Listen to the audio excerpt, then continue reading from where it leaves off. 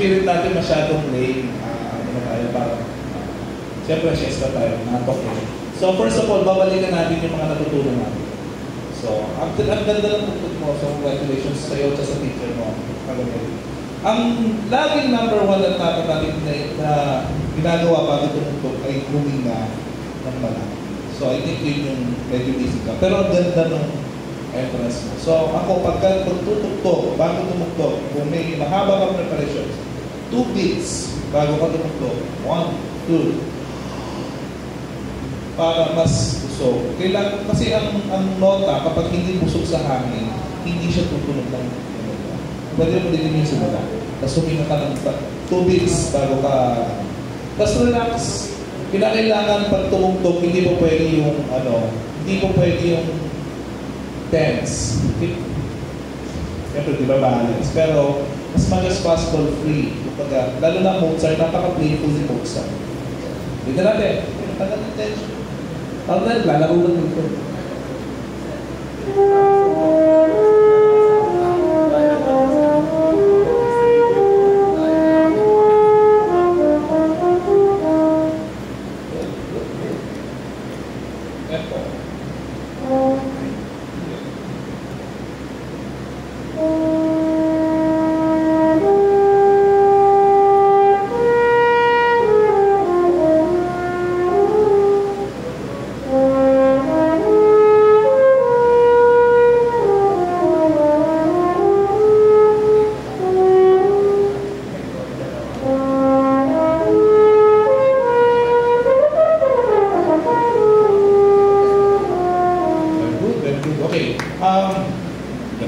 Okay, isa pa sa mga, I think, kung masasuggest ko sa'yo, pag tinugtog mo siya,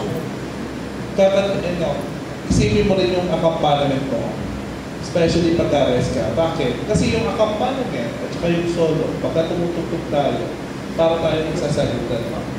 So, paano siya tutugtugin ang accompaniment? Tapos, bago pumasok doon sa part na yun, pag-rest.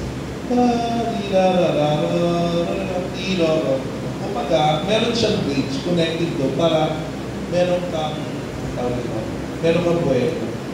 So, napaka-importante kasi yun ang naalala ko sa tinuturo sa akin ng teacher na Alivos. So, hindi lang solo part yung dapat na alam mo.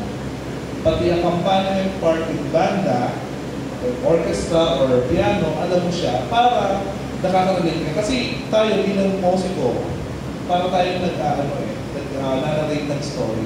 So, paano mo siya inarrate? So, ang ganda-ganda ng tugtog mo, I think yun yung siya. I don't know if I can give justice on this, but musically, gano'n siya. So, yun. At yun. And, Sir Tep, any comments? Continue lang. Continue tayo.